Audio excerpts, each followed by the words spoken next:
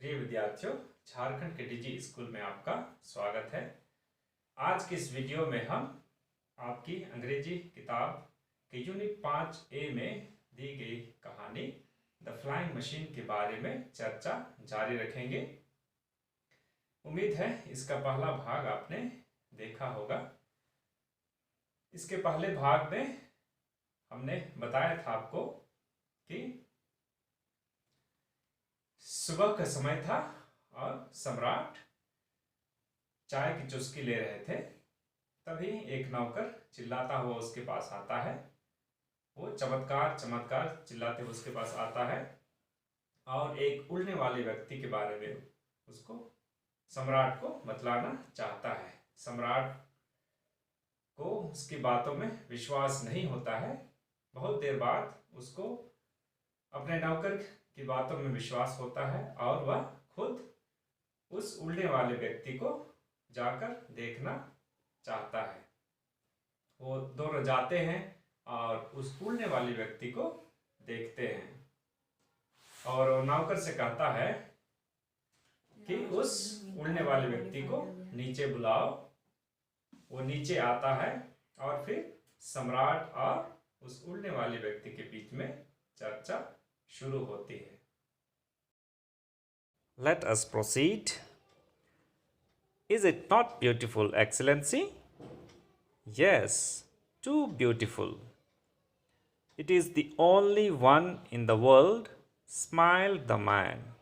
And I am the inventor, the only one in the world. I swear it. In paragraphs में एक नया शब्द आया है। वो शब्द है इन्वेंटर। इन्वेंटर का मतलब होता है आविष्कारक, आविष्कार करने वाला। आइए इसके बारे में चर्चा करते हैं। वो व्यक्ति, उड़ने वाला व्यक्ति सम्राट से पूछता है, क्या यह मतलब उसका उपकरण सुंदर नहीं है? सम्राट कहते हैं, बहुत सुंदर है। वो आदमी मुस्कुराते हुए कहता है कि पूरी दुनिया में इस प्रकार का एक ही उपकरण है और इसका आविष्कार मैंने ही किया है। Let us read further. Who else knows of this? No one, not even my wife, who would think me mad with the sun.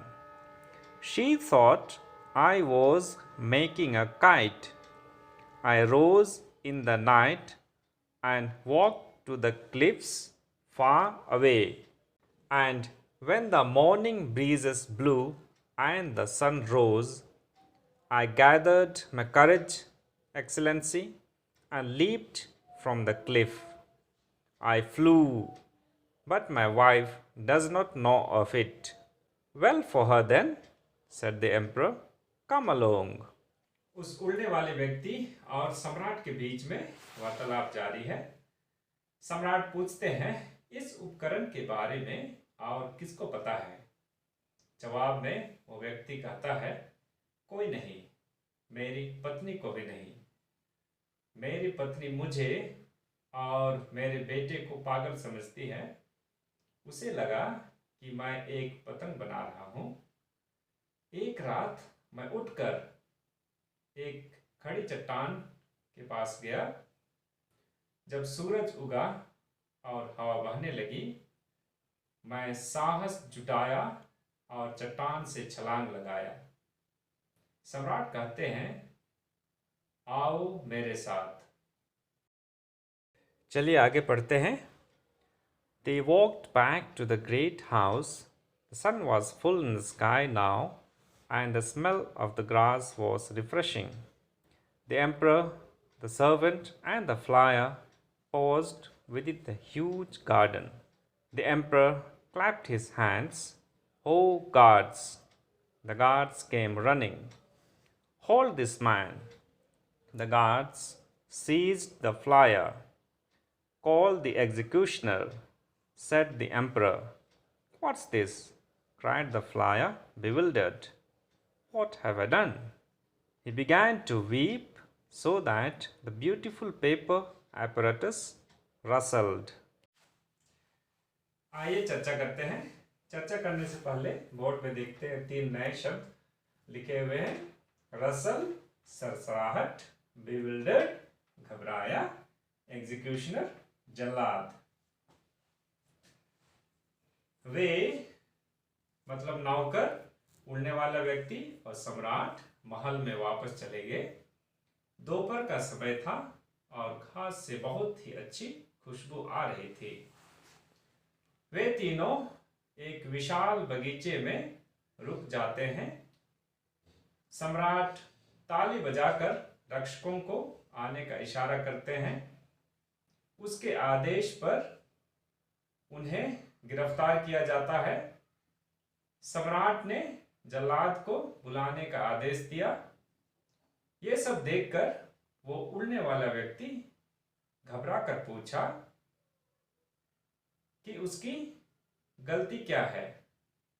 उसके रोने से कागज का सुंदर उपकरण सरसराने लगा। Let us proceed.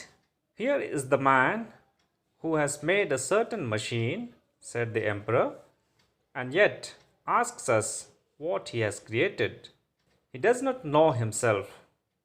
It is only necessary that he create without knowing why he has done so or what this thing will do. The executioner came running with a sharp silver axe. He stood with his naked, large muscled arms ready, his face covered with a serene white mask. Let us discuss about this paragraph. सम्राट कहते हैं, देखिए इस आदमी को, इसने एक machine बनाया और हमसे पूछता है कि हमने क्या किया है। ये खुद को नहीं पहचानता है। आगे कहते हैं कि यह जरूरी है कि किसी चीज का आविष्कार करे, ये जाने बिना कि क्यों आविष्कार किया और इससे क्या किया जा सकता है। Let us read further. One moment, said the emperor. He turned to a nearby table upon which sat a machine that he himself had created. The emperor took a tiny golden key from his own neck.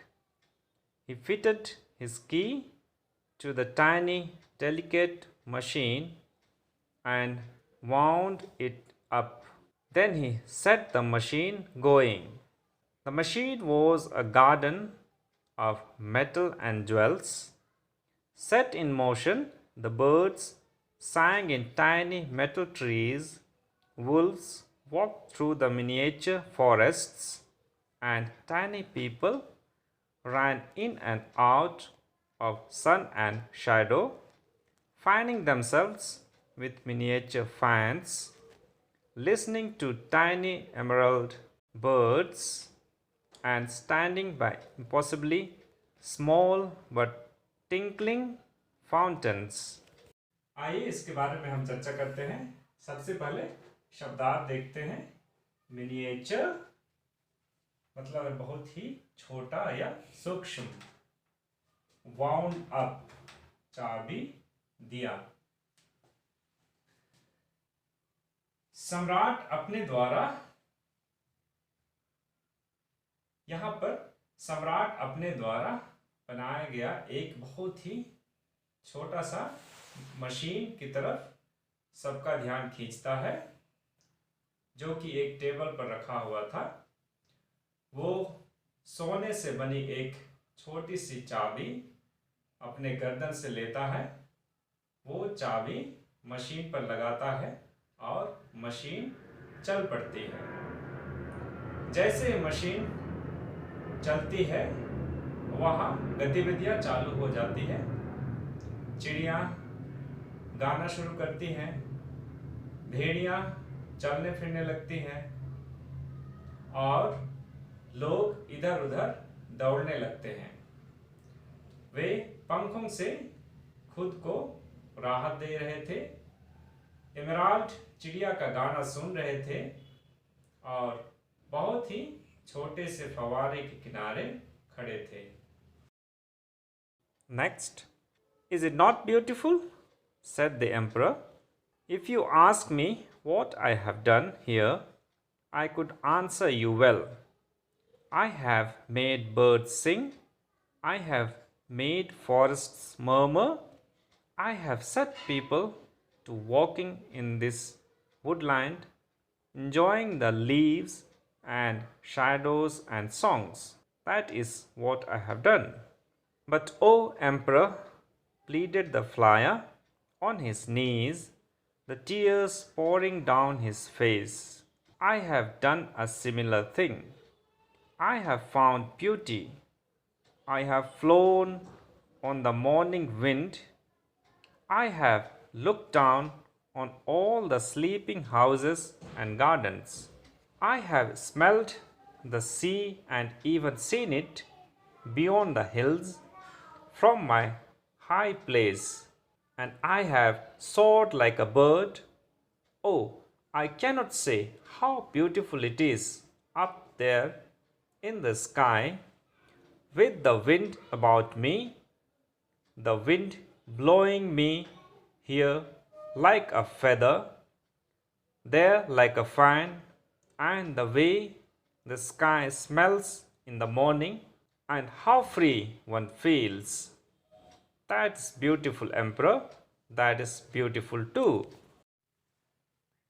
Let us discuss this paragraph. सम्राट कहते हैं या वहां उपस्थित सभी लोगों से पूछते हैं, उस मशीन की तरफ इशारा करते हुए, क्या यह मशीन सुंदर नहीं है? मुझे पता है कि मैंने क्या बनाया है।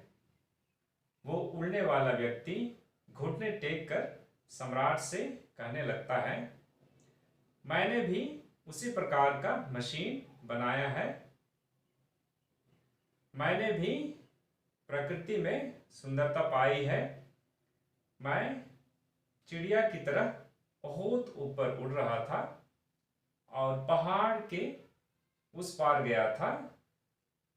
मैं वहां से सब कुछ देखा, घर और बाग, समुद्र देखा और उसके खुशबू का एहसास किया। मैं आपको बता नहीं सकता मुझे कितना मजा आया। हवा मुझे पंख की तरह कभी इधर कभी उधर ले जा रही थी और सुबह सुबह में आसमान की खुशबू का कोई जवाब नहीं। हवा में आज़ादी का एहसास होता है। ये सभी भी तो बहुत ही सुंदर है महाराज। Let us go ahead. Yes, said the emperor sadly. I know it must be true, for I felt my heart move with you in the air, and I wondered, what is it like? How does it feel? How do the distant pools look from so high? And how my houses and servants like ants? And how the distant towns not yet awake? Then spare me. But there are times, said the emperor, more sadly still, when one must lose a little beauty if one is to keep what little beauty one already has. I do not fear you, but I fear another man. What man? आइए इसके बारे में चर्चा करते हैं। सम्राट दुखी मन से कहता है, मैं जानता हूं ये सब सही हो सकता है। आपने जो बताया ये सब सही हो सकता है, क्योंकि जब तुम बता रहे थे मेरा हृदय भी तुम्हारे साथ हवा में उड़ रहा था। मैं ये सब सोच के आश्चर्यचकित हूं, हवा में उड़ना कैसा लगता है? दूर का तालाब ऊपर से कैसा दिखता होगा? और मेरा घर और मेरे नौकर चींटी की तरह दिखते होंगे। और वो शहर जो अभी तक नहीं जागा है। वो कहता है, मुझे छोड़ दीजिए। सम्राट कहते हैं, मुझे तुमसे डर नहीं है, लेकिन दूसरे लोगों से डर लगता है। उड़ने वाला व्यक्ति पूछता है, कौन से लोगों से? Next, some other man who, seeing you, will build a thing of bright papers and bamboo like this. But the other man will have an evil face and an evil heart, and the beauty will be gone. It is this man I fear. Why? Who is to say that some day just such a man, in just such an apparatus of paper and reed, might not fly in the sky and drop huge stones upon the great wall of China? Said the emperor. No one moved or said a word. Off with his head, said the emperor. The executioner whirled his silver axe, burned the kite and the inventor's body, and bury their ashes together, said the emperor. The servants retreated to obey. आइए इस पर चर्चा करते हैं। उड़ने वाला व्यक्ति के सवाल के जवाब में सम्राट कहते हैं, मुझे उस व्यक्ति से डर है जो तुम्हें देखकर गलत इरादे और मकसद से किसी प्रकार का उपकरण बना सकता है, और क्या पता एक दिन हवा में उड़कर चीन की दीवार पर बड़े बड़े पत्थर गिराकर ध्वस्त कर सकता है। सम्राट आदेश देते हैं, उसका सर काट दो। जल्लाद अपने कुल्हाड़ी को तेजी से घुमाता है। सम्राट कहते हैं, आविष्कारक के शरीर और पतंग को जलाकर उनकी राख को दफना दो। Let us continue. The emperor turned to his hand servant who had seen the man flying. Hold your tongue. It was all a dream, a most sorrowful and beautiful dream. And that farmer in the distant field, who also saw, tell him it would pay him to consider it only a vision. If ever the word passes around, you and the farmer die within the hour. You are merciful, emperor? No, not merciful, said the old man. Beyond the garden wall, he saw the guards burning the beautiful machine of paper and reeds that smelled of the morning wind. He saw the dark smoke climb into the sky. No, only very much bewildered and afraid. He saw the guards digging a tiny pit wherein to bury the ashes. What is the life of man against those of a million others? I must take solace from that thought. आइए इसके बारे में चर्चा करते हैं। सम्राट उस नौकर से कहते हैं जो उड़ने वाला व्यक्ति को देखा था, ये बात किसी को नहीं बताना। इसको बुरा और सुंदर सपने की तरह भूल जाना, वरना बहुत बुरा हाल होगा। उस किसान को भी ये बात बता देना। वो सम्राट के प्रति अपना आभार व्यक्त करता है।